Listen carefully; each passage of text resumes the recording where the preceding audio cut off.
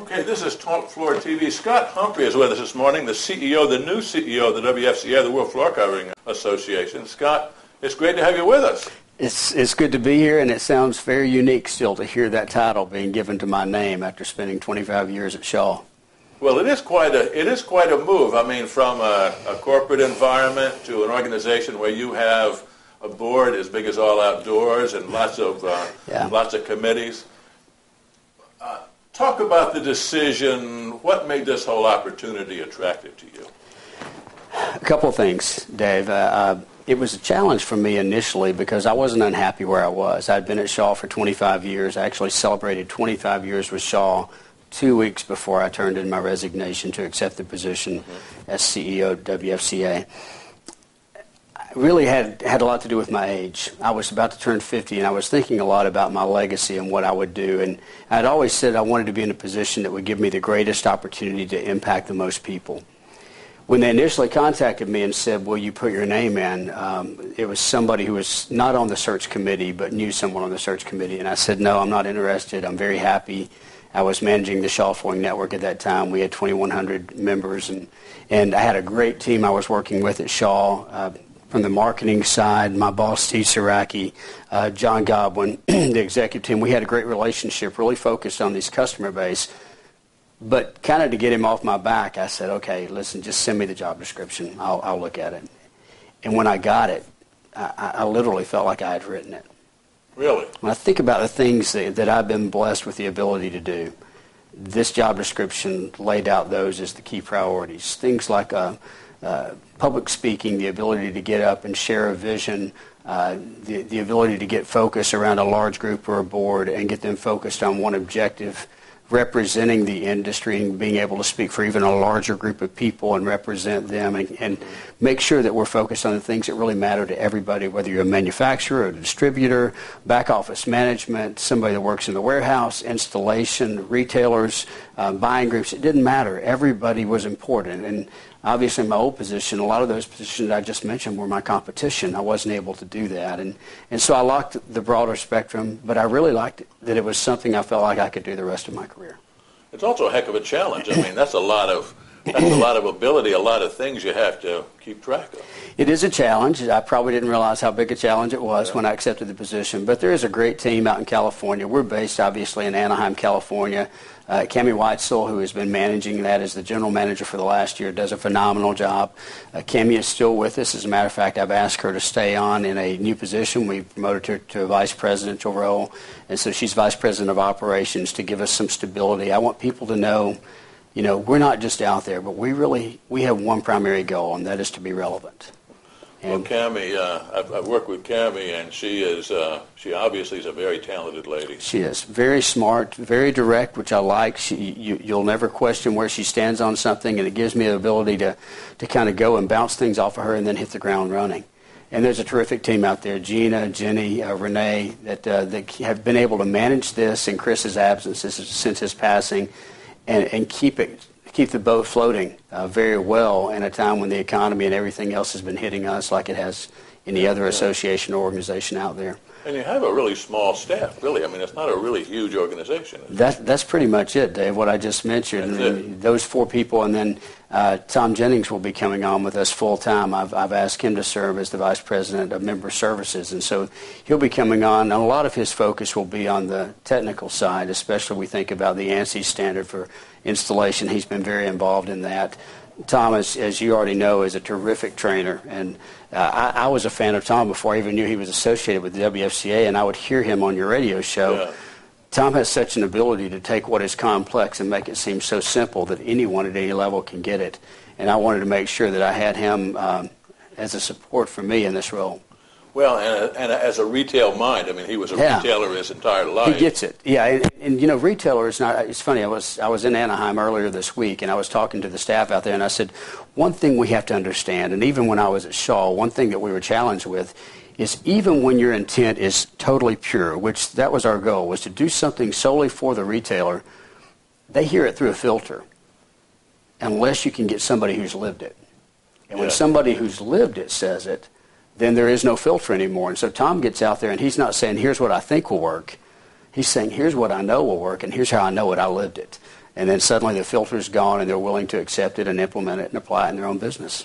Well, he's a machine as a trainer. I mean, you can push a button and he could talk for. Well, you were telling me that, you might give him a topic and he would just start talking. He didn't have notes or anything. He just kind of goes off, but that's because he has lived it. He knows what works. Well, that's a great move then, bringing him on.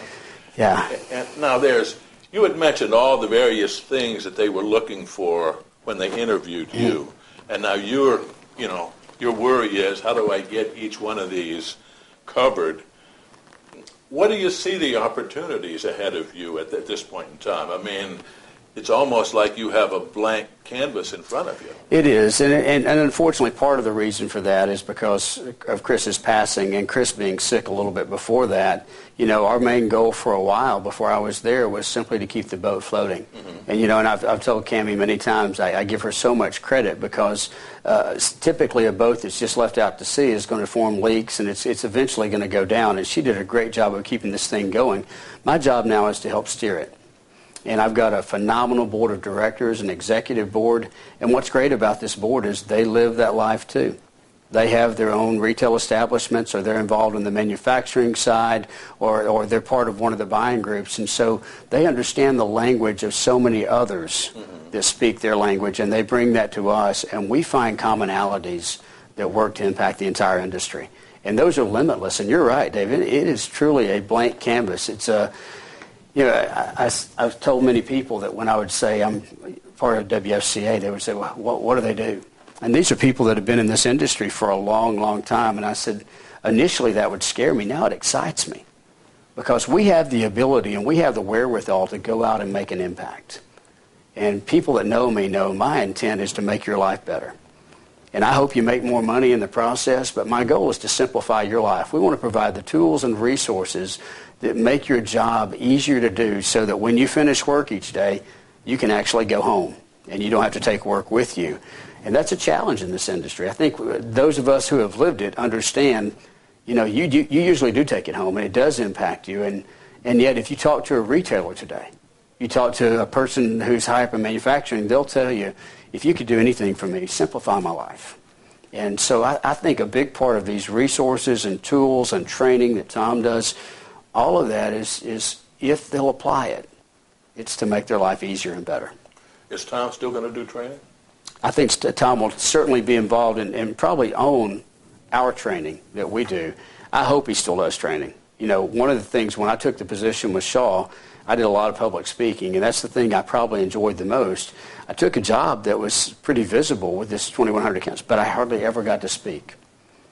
And I really missed that. I certainly don't want to do that to Tom. Tom is very good at what he does. For sure. I will, and I'm already enjoying going around. I'm in New York all of next week. I'll be doing the media tour up there, meeting with a lot of the publications and talking to them. And what's unique is I'm used to meeting with the ones in our trade. These are ones that are not in our trade but rely on our trade for information and expertise. And so I get to go and what's funny is I've got a whole box full of products that I'm studying, and some of them are Shaw, which I already was familiar with. A lot of them are not. And I love the fact that I'm getting to speak positively for the entire industry. Hard surface, resilient, carpet obviously, and it's becoming everything I hoped it would be. That's interesting. You mentioned your board, and I know there are associations where board members just put on the association hat when there's a meeting, and I've interviewed a lot of people who are on your board, and they seem to be a really active, involved organization. They are, and I think the reason is they really want what's best for this industry. This is a board whose whole focus is to make the industry more professional, more respected in the eyes of our consumers and those who rely on us, whether it be publications, but also they're really focused on simplifying the lives of those who rely on this industry and helping them become more profitable. Some of them I've been blessed enough to work with as part of my dealer council when I was at Shaw. They just happened to be in this group as well. But there are a lot of these that are members of buying groups. And, the way they think is different, and I love that. I love bringing all these differences to the table and finding one commonality that works for all of us. That won't always happen. But I can tell you that the goal is the same. We all want what's best for the industry. Exactly right. So would it be fair to say that there will be change going forward in the WFCA and the operation? There will be. And I love leadership, and I study leadership with a passion, and I can tell you, to me, there are many different types of leaders. I'll divide those into two very simply. One is the type of leader that comes into an organization, and in order to feel necessary, they go in and just make changes, just so they can feel important. Just for the sake of change. Just for the sake of change, so that they can convince people you need me. I'm not that type of leader. I'm going in right now, and I'm doing a lot of listening, very little talking. I've been telling people I can plead ignorance for about 2 months, and so I'm using that to simply sit back.